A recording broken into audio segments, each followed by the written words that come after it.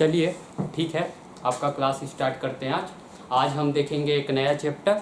ठीक है, चैप्टर का नाम है थर्मल प्रॉपर्टी ऑफ मैटर्स। ठीक है, तो आज हम टेम्परेचर के बारे में देखेंगे। कोई प्रॉब्लम है? हेलो, कोई प्रॉब्लम है? आवाज़ आ रही है ठीक से? ठीक है, चलिए तो आज हम देखेंगे थर्मल प्रॉपर्टी ऑफ मैटर्स। ठीक है, तो इसमें हम मेन दो चीज़ों पे आज फोकस करेंगे। पहला जो चीज़ है वो है टेम्परेचर के बारे में, कि थोड़ा समझने की कोशिश करेंगे कि टेम्परेचर है क्या, टेम्परेचर क्या चीज़ होता है। जो लिख रहा हूँ वो आपको दिखाई दे रहा है प्रॉपरली? कोई दिक्कत नहीं है ना? और दूसरा चीज हम देखने की कोशिश करेंगे, हीट क्या है। ठीक है, तो पहले कुछ बात देख लीजिए कि अगर मैं अपने हाथों को आग के पास ले जाऊं तो मुझे क्या महसूस होगा? गर्मी महसूस होगी, मुझे गर्म लगेगा आग। ठीक है, अगर मैं अपने हाथ को आइस के पास ले जाऊं तो क्या होगा? मुझे थोड़ा ठंडक महसूस होगी, मुझे ठंडा ठंडा फील होगा। अब ऐसा हो क्यों रहा है? ऐसा क्या कारण है कि मैं जब अपने हाथों को गर्म चीज के पास ले जाता हूं तो मुझे गर्म महसूस होता है, और ठंडे चीज के पास ले जाता हूं तो मुझे कुछ और ही चीज फील होती है। ऐसा कौन सा चीज है जिसके कारण ये सब चीजें हो रही हैं? ठीक है, तो जब हम आग के पास बैठते हैं या अपने हाथ को आग के पास ले जाते हैं तो होता क्या है कि आग से जो एनर्जी है हमारे हाथों की ओर ट्रांसफर होती है। ठीक है, और अगर हम अपने हाथ में आइस ले ले, बर्फ ले ले, तो हमारे हाथों से जो एनर्जी है बर्फ की ओर जाने लगती है। एनर्जी जो है हाथ से बर्फ की ओर गई और आग से हाथ की ओर आई। अब प्रॉब्लम एक ये है कि क्या हुआ, मेरे पास अगर आग था, फायर था, ठीक है, तो एनर्जी गई हाथों की ओर, हैंड की ओर, और हैंड और आइस के बीच देखूं तो यहां पर एनर्जी हाथ से आइस की ओर गई। ऐसा क्या हुआ कि जस्ट अपोजिट हो गया? इसमें हाथ की ओर एनर्जी आ रहा है, इसमें हाथ से आइस की ओर एनर्जी जा रहा है। ठीक है, ऐसा कौन सा फैक्टर है जिसके थ्रू हम जान सके कि एनर्जी किधर से किधर जाएगी? अब देखिए, यहाँ पर जो एनर्जी है वो एक स्पेशल टाइप की एनर्जी है। ठीक है, उसको बोलते हैं हम हीट। यहाँ पर जो एनर्जी है वो थोड़ा अलग है, हीट बोलते हैं, उष्मा बोलते हैं। ठीक है, यहाँ पर जो एनर्जी है आग से हमारे हाथ में जो आ रही है उसका फॉर्म अलग है। हीट एनर्जी का अलग अलग फॉर्म हो सकता है। आपने मैकेनिकल एनर्जी पढ़ा होगा और भी अलग अलग टाइप के एनर्जी पढ़े होंगे। यहाँ पर जो एनर्जी है उसको हम बोलेंगे हीट। ठीक है, यहाँ पर जो एनर्जी है वो थर्मल फॉर्म में, थर्मल एनर्जी के रूप में है। तो यहाँ पर जो एनर्जी हमें आग से हमारे हाथों में आ रही है उसको बोलेंगे हम हीट। ठीक है, या उष्मा। यहाँ पर अपने हाथ से आइस की ओर जा रही है, पर डायरेक्शन जो एनर्जी का जो डायरेक्शन है आग से हाथों की ओर और हाथों से आइस की ओर, इसका पता कैसे लगा? ऐसा कौन सा फैक्टर है जो ये बताएगा कि डायरेक्शन किधर से किधर होगा? तो वो जो फैक्टर है वो होता है टेम्परेचर। यहाँ पे ही हम टेम्परेचर को डिफाइन करते हैं कि ऐसा एक फैक्टर ले लेते हैं कि वो हमें बता दे कि हीट किधर से किधर जाएगी। ठीक है, तो ये जो टेम्परेचर है वो हमें बताती है कि हीट का ट्रांसफर किधर से किधर होगा। यहाँ पे हीट का ट्रांसफर कहाँ से कहाँ हो रहा है? आग से हाथों की ओर। और यहाँ पर जो हीट का ट्रांसफर है वो हाथों से आग की ओर हो रहा है। तो जैसे ये मार्कर है, ठीक है, मैं इसको जमीन में रखता हूँ और जमीन से 1 मीटर ऊंचा उठा देता हूँ। अब मैं बोलूँ इसका पोटेंशियल एनर्जी क्या है, तो पोटेंशियल एनर्जी जब मैंने उठाया 1 मीटर ऊपर तब ज़्यादा था जमीन की तुलना में, यानी कि ऊपर रखा हूँ तब इसका पोटेंशियल एनर्जी ज़्यादा है, जमीन में इसका पोटेंशियल एनर्जी कम है। अब मैं इसको छोड़ दूँ तो ये नीचे से ऊपर से नीचे की ओर जाएगा। ऐसा कभी नहीं होगा कि नीचे से ऊपर की ओर खुद ब खुद आ जाए। क्यों हुआ ऐसा? पोटेंशियल एनर्जी के कारण। यहाँ पर जो फैक्टर है वो पोटेंशियल एनर्जी है। जहाँ पोटेंशियल एनर्जी ज़्यादा है उससे कम की ओर ये मार कर गया। ठीक है, पोटेंशियल एनर्जी जहाँ पे ज़्यादा है उससे कम की ओर ये मार कर गया। ठीक है, वैसे ही हम यहाँ पे टेम्परेचर को डिफाइन करेंगे कि अगर जैसे कि इस वाले केस में हाथ की ओर टेम्परेचर जा रहा है आग से, यानी कि इसका जो हीट है यहाँ से आग से हाथ की ओर जा रही है, यानी कि जो आग का जो टेम्परेचर है वो ज्यादा होगा हाथ के टेम्परेचर की तुलना में। ठीक है, तो हम क्या बोलेंगे कि टेम्परेचर अगर जैसे T1 ज्यादा है T2 से, अगर ये बोल दूं कि ये आग का टेम्परेचर है और ये बोल दूं कि ये हैंड का टेम्परेचर है, तो क्या होगा, जो हीट है वो किधर से किधर ट्रांसफर होगी, वो आग से हाथ की ओर ट्रांसफर होगी। दूसरे केस में क्या है कि जो हाथ का जो टेम्परेचर है T2 वो ज्यादा है किससे, आइस के टेम्परेचर से, T3 बोल देता हूं। चलिए, तो यहां पर क्या हो रहा है, यहां पर जो हीट है वो ट्रांसफर हो रहा है हाथ से आइस की ओर, कुछ इस तरीके से। तो हमने टेम्परेचर को यहाँ पे डिफाइन किया कि टेम्परेचर आखिरकार बताता क्या है। टेम्परेचर हमें बताता है कि हीट का ट्रांसफर किस डायरेक्शन से किस डायरेक्शन की ओर होगा, ये हमें टेम्परेचर ये बात बताता है। और हीट क्या है, एक तरह का एनर्जी का फॉर्म, एक तरह का फॉर्म ऑफ एनर्जी है। अब प्रॉब्लम क्या है ये देखिए, हीट का अगर मैं यूनिट देखूं तो वो होता है जूल, और वर्क का अगर मैं यूनिट देखूं तो वो भी होता है जूल। तो दोनों का ही यूनिट जूल है, तो क्या इनमें कोई समानता है या कोई डिफरेंस है? तो देखिए, दोनों का ही जो यूनिट है वो जूल है। जो वर्क जो होता है वो मैकेनिकल फॉर्म है, ये मैकेनिकल फॉर्म है, और ये जो है नॉन मैकेनिकल फॉर्म है। मैकेनिकल फॉर्म है और नॉन मैकेनिकल फॉर्म है, इसका मतलब क्या हुआ कि मैं जब किसी चीज पर वर्क करता हूं तो जो एनर्जी आती है वो मैकेनिकल फॉर्म है, और ये जो है यहाँ पर जो एनर्जी की बात हो रही है वो नॉन मैकेनिकल फॉर्म है।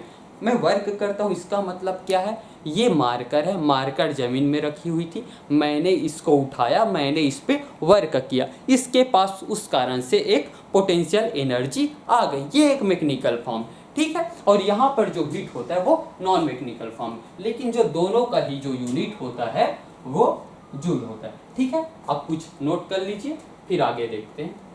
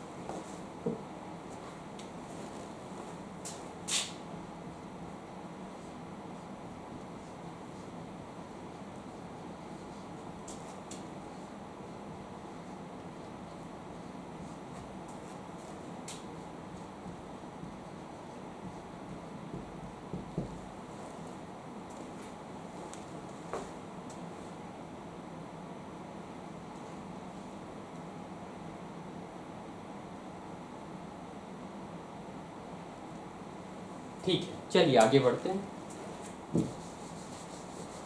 तो मैंने बोला कि टेम्परेचर जिसका ज़्यादा होगा उधर से हीट कम टेम्परेचर की ओर फ्लो होगी। ठीक है, टेम्परेचर अगर किसी चीज़ का ज़्यादा है तो हीट का जो फ्लो होगा ज़्यादा टेम्परेचर वाले ऑब्जेक्ट से कम टेम्परेचर वाले ऑब्जेक्ट की ओर आएगा। अब जैसे कि हम डिस्टेंस को नापते हैं, डिस्टेंस को किस में नापते हैं? हम नापते हैं सेंटीमीटर में नापते हैं, मीटर में नापते हैं, किलोमीटर में नापते हैं। उसके लिए हमें एक स्केल की ज़रूरत पड़ती है कि भाई हम इसको किलोमीटर में नापेंगे या मील में नापेंगे, ठीक है, या लाइट ईयर में नापेंगे। डिस्टेंस को हम अलग अलग स्केल से नापते हैं, अलग अलग उसका यूनिट होता है। ठीक है, वैसे ही टेम्परेचर को भी हम नाप सकते हैं। ठीक है, ताकि पता चले कि हीट का ट्रांसफ़र किधर से किधर हो।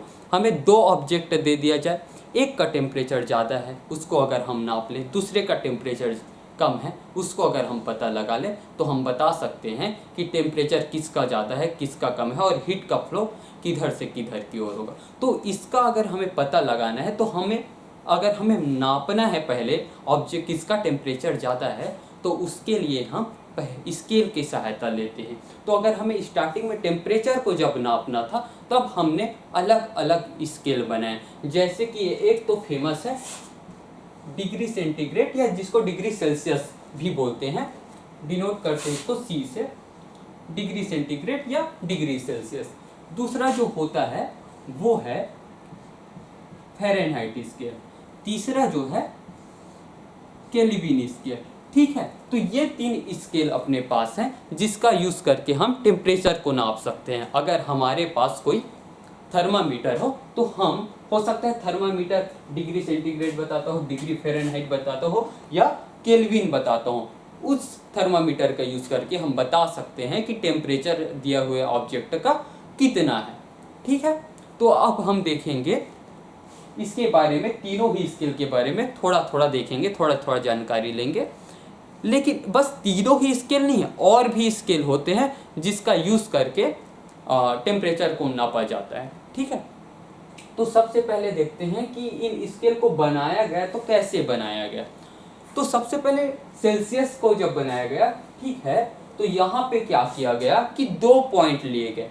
पहला जो पॉइंट लिया गया था, जैसे कि मैं एक स्केल बना देता हूँ, पहला जो पॉइंट लिया गया था, तो जो वाटर है वो आइस में कब कन्वर्ट होता है, कितने डिग्री पे कन्वर्ट होता है, किस पॉइंट पे कन्वर्ट होता है, जिस पॉइंट पे कन्वर्ट होता है उस पॉइंट को बोला गया 0 डिग्री सेंटीग्रेड। ठीक है, और जिस पॉइंट पे जो वाटर है वो उबलता है, बॉईल होता है, उस पॉइंट को बोला गया 100 डिग्री सेंटीग्रेड। तो हमने 2 पॉइंट लिया, एक लिया कि जहां पर फ्रीज होता हो वाटर, दूसरा जो है बॉइलिंग पॉइंट ऑफ वाटर। इन दोनों पॉइंट को लिया और बोला कि ये 0 डिग्री सेंटीग्रेड है और ये 100 डिग्री सेंटीग्रेड है, और इसके 100 भाग कर लिए। ठीक है, और यहाँ से हमारा बन गया डिग्री सेंटीग्रेड या सेल्सियस स्केल जिसको बोलते हैं वो बन गया। ये 1 2 कुछ इस तरीके से हमने बांट रखा है। तो ये है सेल्सियस स्केल या सेंटीग्रेड स्केल। ठीक है, अब हमने यहाँ पे दो इस स्केल में 2 पॉइंट लिया, वैसे ही हम फ़ारेनहाइट स्केल पे भी 2 पॉइंट लेते हैं। एक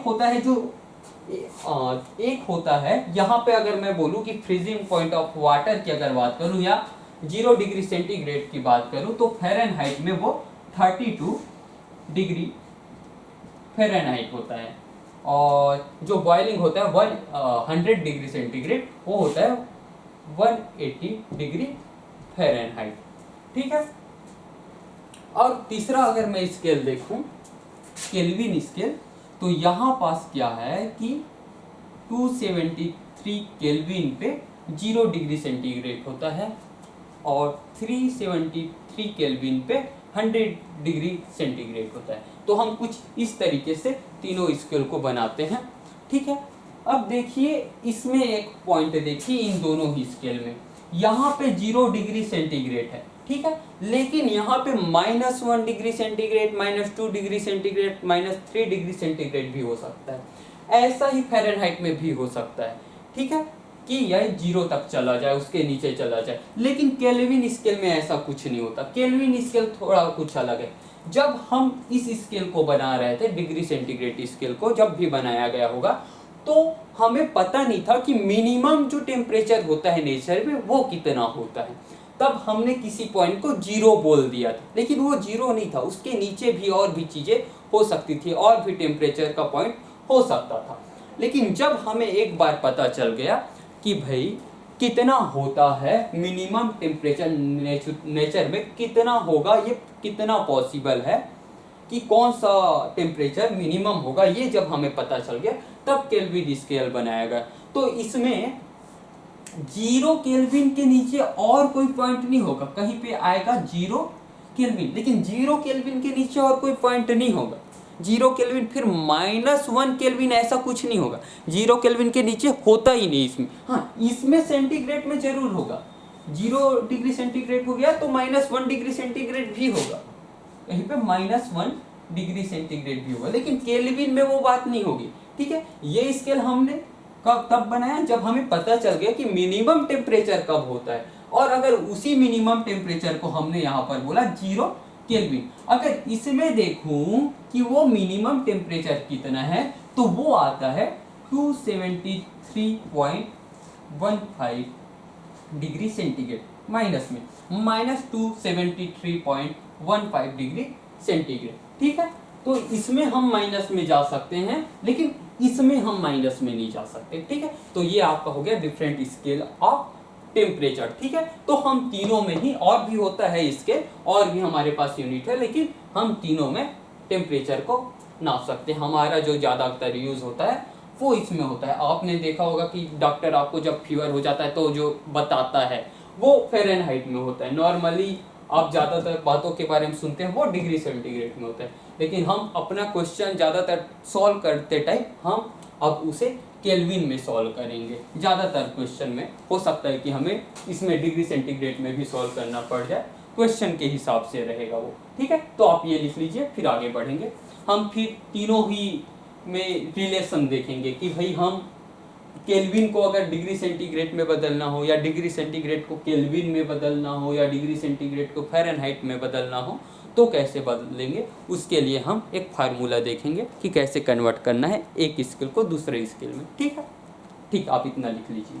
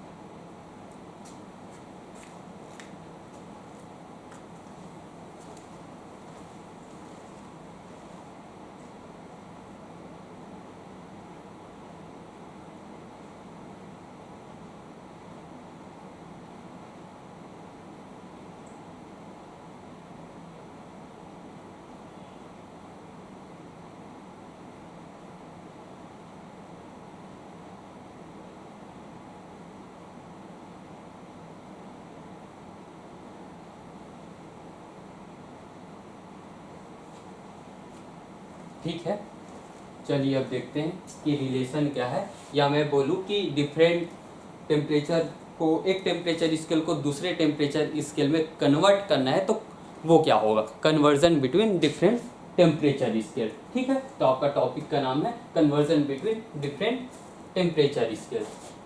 तो चलिए देखते हैं कि रिलेशन क्या है। आप इन तीनों स्केल के कुछ कुछ पॉइंट को याद रखिए कि किस पॉइंट पे जो वाटर है वो फ्रीज होता है और उसका बॉइलिंग पॉइंट क्या है, तीनों पॉइंट को। जैसे कि इसमें मैंने बोला 0 डिग्री, इसमें बोला मैंने 32 डिग्री, और इसमें बोला मैंने 273, और ये ठीक है, इसी का हम यूज करते हैं अभी।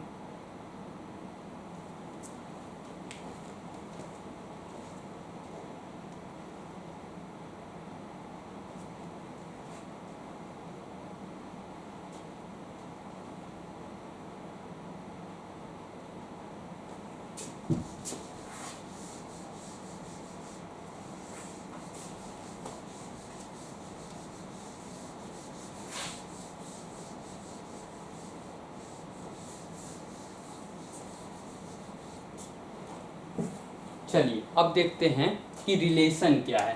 तो ये होता है relation C/5 equal to K-273 divide by 5 equal to F-32 divide by 9। ठीक, अगर आप इस फार्मूले का यूज करते हैं तो आप एक स्केल से दूसरे स्केल में टेम्परेचर को कन्वर्ट कर सकते हैं। जैसे कि मुझे पूछा जाए कि टेम्परेचर का जो वैल्यू है वो 5 डिग्री सेंटीग्रेड है, 5 डिग्री सेंटीग्रेड। ठीक है, अब बताइए कि टेम्परेचर का वैल्यू अगर 5 डिग्री सेंटीग्रेड है तो फ़ारेनहाइट में टेम्परेचर की वैल्यू कितनी होगी। मुझे किस में पूछा, फ़ारेनहाइट में। तो मैं क्या करूंगा, बस मैं इसका यूज करूंगा और इसका यूज करूंगा, बीच वाले पार्ट को भूल जाऊंगा।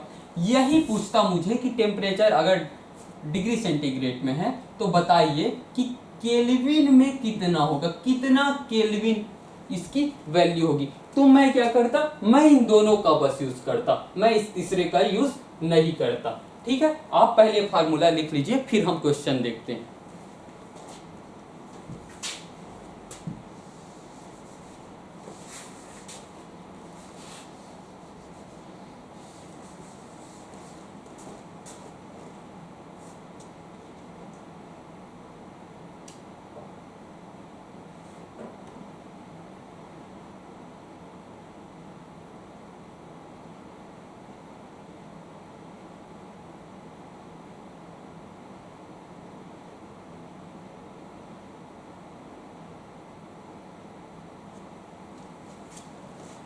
मैंने बॉइलिंग पॉइंट ऑफ वाटर जो बोला था फ़ारेनहाइट में, वो शायद 180 बोल दिया था।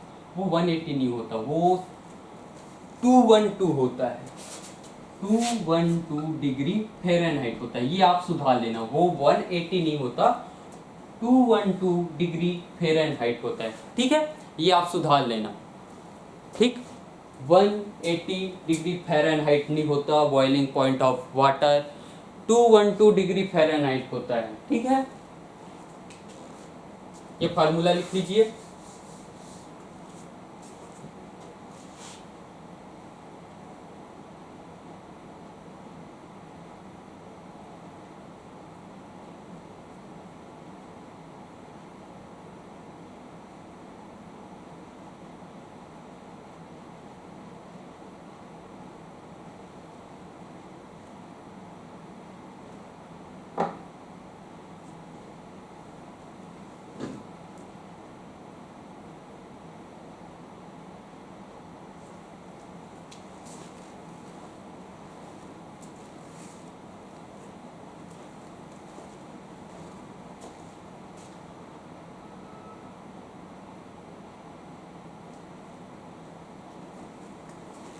ठीक है, क्वेश्चन देखते हैं हम। क्वेश्चन है temperature of patient is 40 degree centigrade, then find temperature of patient in Fahrenheit scale.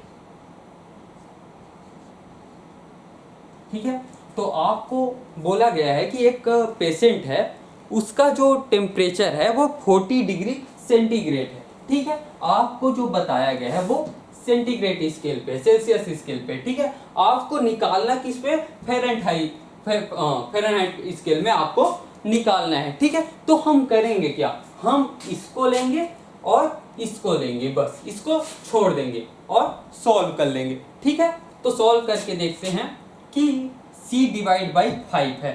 ठीक है, तो अपना क्या हो जाएगा, 40 डिवाइड बाई 5 इक्वल टू ये f माइनस 32 डिवाइड बाई 9।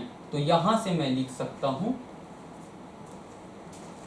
इसको मिटा देता हूं, तो क्या हो जाएगा, इसको लिख रहा हूं मैं ऊपर, f minus 32 40 into 9 divide by 5, 32 8 into 9,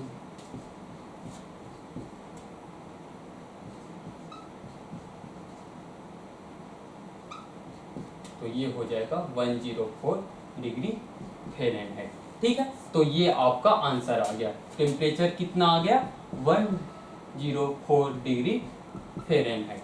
ठीक है, तो आप कुछ इस तरीके से एक स्केल से दूसरे स्केल में टेम्परेचर को है वो कन्वर्ट कर सकते हैं।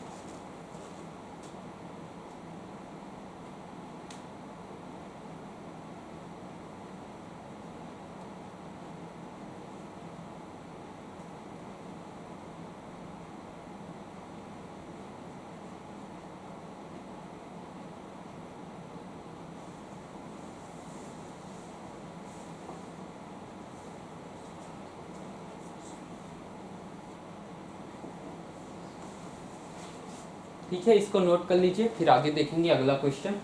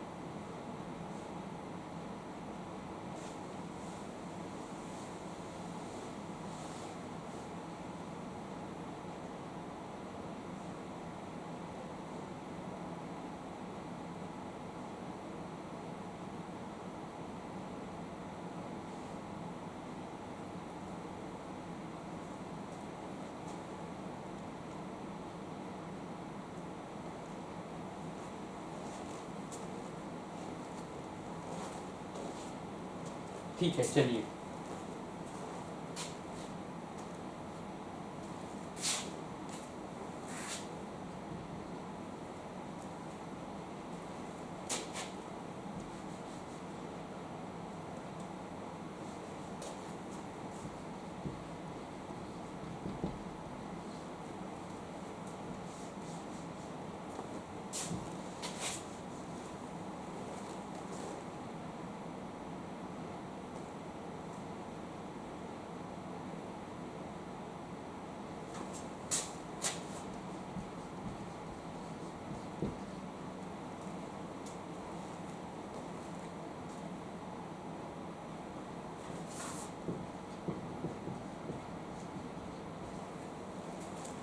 ठीक है चलिए, अब देखिए हमारा नेक्स्ट क्वेश्चन क्या बोल रहा है कि at what is temperature in Fahrenheit scale.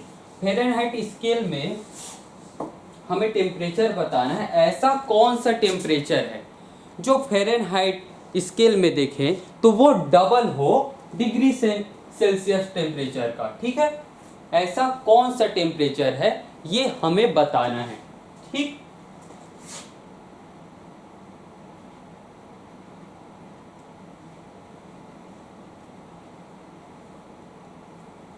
तो चलिए अगर मैं मान लूं कि वो टेम्परेचर x है, चलिए x डिग्री सेंटीग्रेड मान लेता हूं उस टेम्परेचर को, तो मुझे बताना है कि x की वैल्यू क्या है। ये हमारा क्वेश्चन है कि x की वैल्यू क्या है।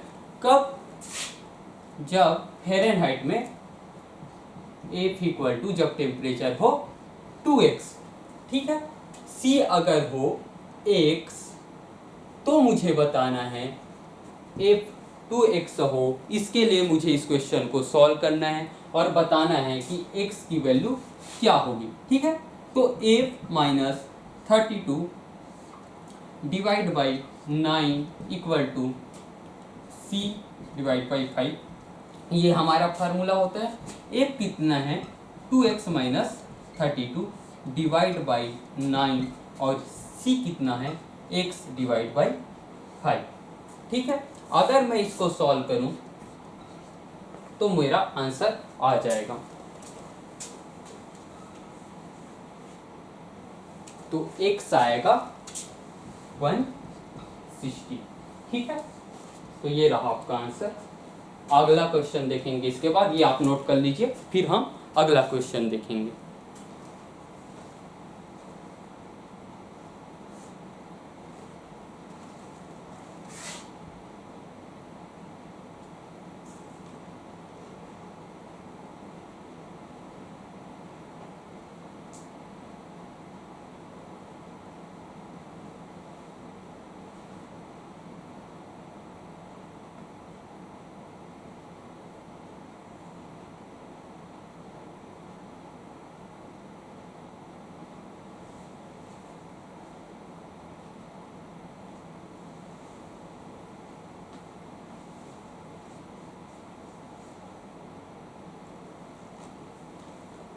ठीक है, इस क्वेश्चन का आखिरकार मतलब क्या है।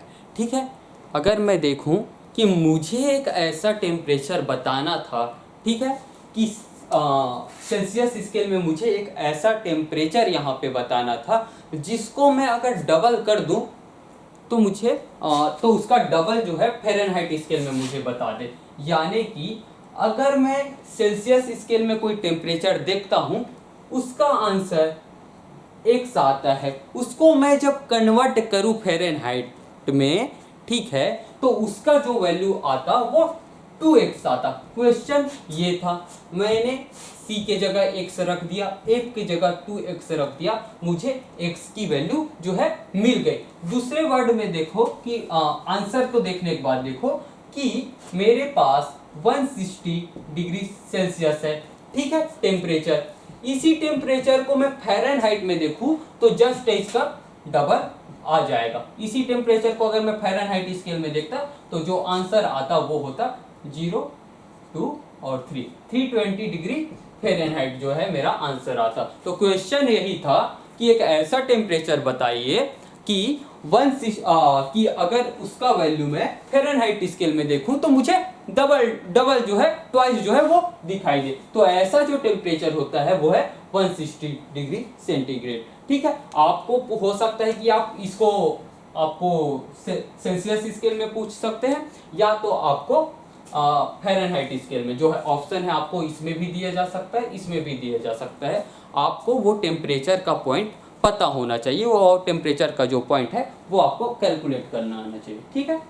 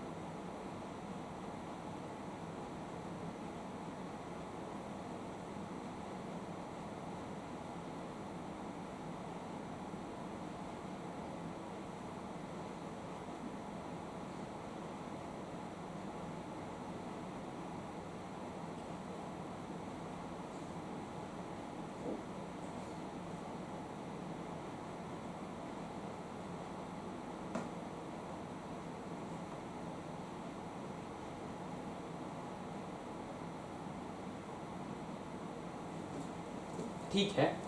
अब देखिए, मैंने आपको 3 स्केल बताया। आपको अगर एक नया स्केल बनाना हो और उसका जो रिलेशन है वो कैसा रखना हो, उसके बारे में देखते हैं। ठीक है, ये रिलेशन बना कैसे था उसके बारे में देख लेते हैं थोड़ा सा।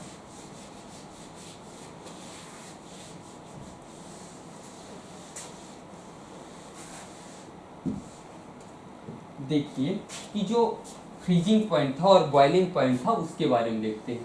केल्विन टेम्परेचर में कितना था फ्रीजिंग पॉइंट? 273 केल्विन, और बॉइलिंग पॉइंट था, बॉइलिंग पॉइंट और freezing point 373 kelvin. Celsius scale में क्या था? 0 डिग्री सेल्सियस और 100 डिग्री सेल्सियस। फ़ारेनहाइट स्केल में क्या था? फ़ारेनहाइट स्केल में जो था वो है 32 डिग्री फ़ारेनहाइट और 212 डिग्री फ़ारेनहाइट। तो ये बॉइलिंग पॉइंट है ऊपर वाला वाटर का, और जो नीचे का है वो फ्रीजिंग पॉइंट है। ठीक है, तो हमने क्या किया है, इसी पॉइंट का इन्हीं पॉइंट का यूज करके रिलेशन बनाया था। ठीक है, देखिए हमने क्या किया, C डिवाइड बाई, देखिए आप क्या कीजिए कि जो भी टेम्परेचर आपको जिस भी स्केल का करना है, x माइनस आप लिख लीजिए लोअर पॉइंट। ठीक है, lower point divide by upper point minus lower point. अब देखिए इस पे मैं कैसे रखता हूँ। मैं सबसे पहले सेल्सियस वाले को रख देता हूँ, x की जगह मैंने रख दिया C माइनस लोअर पॉइंट क्या है इसमें, बॉइलिंग पॉइंट, यानी कि ये इसको बोल रहा हूँ मैं लोअर पॉइंट और इसको बोल रहा हूँ मैं अपर पॉइंट। तो क्या हो जाएगा, C minus 0 divide by upper point minus lower point. Upper point क्या है, 100 माइनस 0। ठीक है, अब केल्विन वाला अगर मैं देखूं तो क्या है, K माइनस लोअर पॉइंट कितना है, 273 डिवाइड बाई अपर पॉइंट कितना है, 373 माइनस 273। ठीक है, और फ़ारेनहाइट का देखूं तो क्या है, 8 माइनस 32। ठीक, और 212 माइनस 32। तो इसी को मैंने सिंप्लीफाइड करके आपको रिलेशन के फॉर्म में बताया कि आपको जब कन्वर्जन करना हो एक स्केल से दूसरे स्केल में तो इसका ही आपको यूज करना रहता है। इसी को मैं सिंप्लीफाइड करके बताया कि C divide by 100 equal to K minus 273 divide by 100 equal to 8 minus 32 divide by 180। इसको और भी सिंपल कर दूं तो क्या होगा, c divide by 5 equal to k minus 273 divide by 5 equal to 8 minus 32 divide by 9। मैंने आपको ये लिखवाया था, ठीक है। तो ये आपका आ जाएगा रिलेशन, ठीक है। अगर आपको एक नया स्केल बनाना हो, ठीक है, जैसे कि आप एक से स्केल बना रहे हैं, जैसे फ़ारेनहाइट स्केल का, फ़ारेनहाइट वाला स्केल है, डिग्री सेल्सियस वाला स्केल है, केल्विन वाला स्केल, ठीक है। आप कोई और एक जैसे कि स्केल बनाते हैं डिग्री एक्स, चलिए मान लीजिए उसका नाम ले लेते हैं डिग्री एक्स, आपको बनाना है तो आप क्या करेंगे, इक्वल टू डाल देना एक्स माइनस लोअर पॉइंट, ठीक है। इसको ऊपर लिख लेता हूं, c divide by 5 equal to k minus 273 divide by 5 equal to, ये हो जाएगा 8 माइनस 32 डिवाइड बाई 9। अब आपको नया एक स्केल बनाना है, आप क्या कीजिए, इसके साथ अगर उसका रिलेशन देखना है तो x, जिस जो भी आप नाम रखेंगे कि सेल्सियस, केल्विन या फ़ारेनहाइट, ठीक है, ये जो मैं के लिखता हूँ वो कैपिटल के, ठीक। तो x माइनस लोअर पॉइंट कर लीजिए, आपको अपने स्केल में जो भी लोअर पॉइंट रखना है, यानी कि जो भी फ्रीजिंग पॉइंट रखना है वाटर का, वो divide by upper point minus lower point, तो आप एक नया स्केल बना पाएंगे, ठीक है। तो ये आपका फार्मूला हो गया, ठीक है। आपको क्वेश्चन ये भी दे सकते हैं कि एक नया स्केल बनाया गया है जिसका लोअर पॉइंट और अपर पॉइंट आपको दिया गया हो, और आपको कुछ ऐसा क्वेश्चन वो पूछ दे जिसमें वो डिग्री सेंटीग्रेड में उसका रिलेशन पूछ लिया हो, ठीक है, कि आपको वो सी दे दे, आपको अपर पॉइंट और लोअर पॉइंट दे दे, आपको एक्स निकालने बोल दे, या तो आपको एक स्केल बना के दे दे जिसमें लोअर पॉइंट वो बता दे, अपर पॉइंट वो बता दे, एक्स की वैल्यू वो बता दे, और आपको सी पूछ ले, ठीक है। तो कुछ इस तरीके से इसका यूज करके हम उसको सॉल्व कर सकते हैं, ठीक है। तो ये आप लिख लीजिए।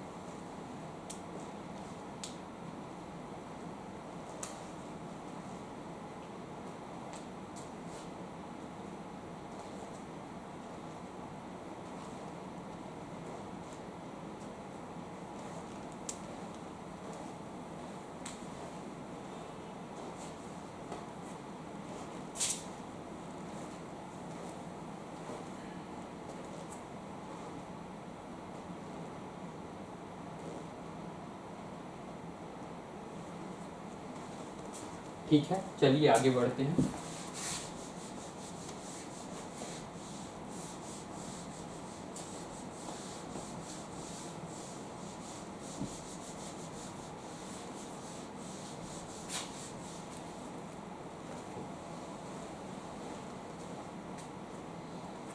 अब देखिए कि अगर मैं सेल्सियस स्केल लेता हूँ और चेंज देखता हूँ कि कितने टेम्परेचर का चेंज हुआ।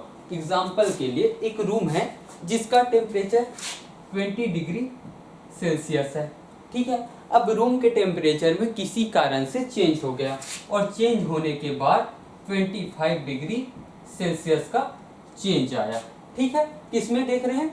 सेल्सियस स्केल में। तो कितने डिग्री सेल्सियस का चेंज आया? तो वो आया 5 डिग्री सेल्सियस का चेंज आया, ठीक है। अब ये जो आंसर आया है 5, ठीक है, मैं आपको बोलूं कि केल्विन में बताइए, तो आप क्या करेंगे केल्विन में बताने के लिए? अगर मैं इसको बोल दूं टेम्परेचर 1, इसको बोल दूं टेम्परेचर 2, तो आप क्या करेंगे कि भाई कितने का चेंज आया? मैं अगर पूछूं तो आप बोलोगे कि भाई del T T2 minus T1, ठीक है। अब मैं पूछा आपको कितने का चेंज हुआ केल्विन में, ये बताओ, तो आप सीधा बोल सकते हो कि 5 केल्विन का ही चेंज हुआ है। आप क्या करोगे? पहले T1 को केल्विन स्केल में चेंज करोगे, जो भी इसका आंसर है केल्विन में T1। वैसे ही T2 को भी केल्विन में चेंज करोगे और उसके बाद जब आप माइनस करके देखोगे तो उसका भी जो आंसर आएगा वो 5 केल्विन ही आएगा। इधर 5 डिग्री सेंटीग्रेड आया तो इधर ये 5। तो यानी कि जो सेल्सियस और केल्विन में जो चेंज होता है, जो टेम्परेचर में जो चेंज होता है, उसको अगर देखते हैं तो जो न्यूमेरिकल जो वैल्यू है वो सेम रहता है। अगर 20 डिग्री का 30 डिग्री चेंज होता तो यहाँ पे 10 डिग्री सेंटीग्रेड बोल सकता था, यहाँ पे 10 डिग्री केल्विन बोलता, ठीक है। लेकिन अगर मैं फ़ारेनहाइट में देखूं, ठीक है, फ़ारेनहाइट में देखूं तो ऐसा नहीं होगा कि इसको मैं 5 डिग्री फ़ारेनहाइट लिख लूं, ठीक है। फ़ारेनहाइट में हम डायरेक्ट ऐसा नहीं बोल पाते। फ़ारेनहाइट के लिए हमें क्या करना पड़ता है? हमें चेक करना पड़ता है। मैं पहले T1 और T2 को फ़ारेनहाइट में निकालूंगा, फ़ारेनहाइट में, उसके बाद ही बोल सकता हूँ। लेकिन हम केल्विन और सेल्सियस के लिए डायरेक्ट बोल सकते हैं कि अगर इसमें चेंज जो है न्यूमेरिकल पॉइंट, जो न्यूमेरिकली चेंज है 5 है, तो केल्विन में भी 5 ही होगा, ठीक है। लेकिन फ़ारेनहाइट के लिए ऐसा नहीं है। तो ठीक है, आज का हमारा जो क्लास था वो इतना ही था। कल देखते हैं अगला टॉपिक, ठीक है।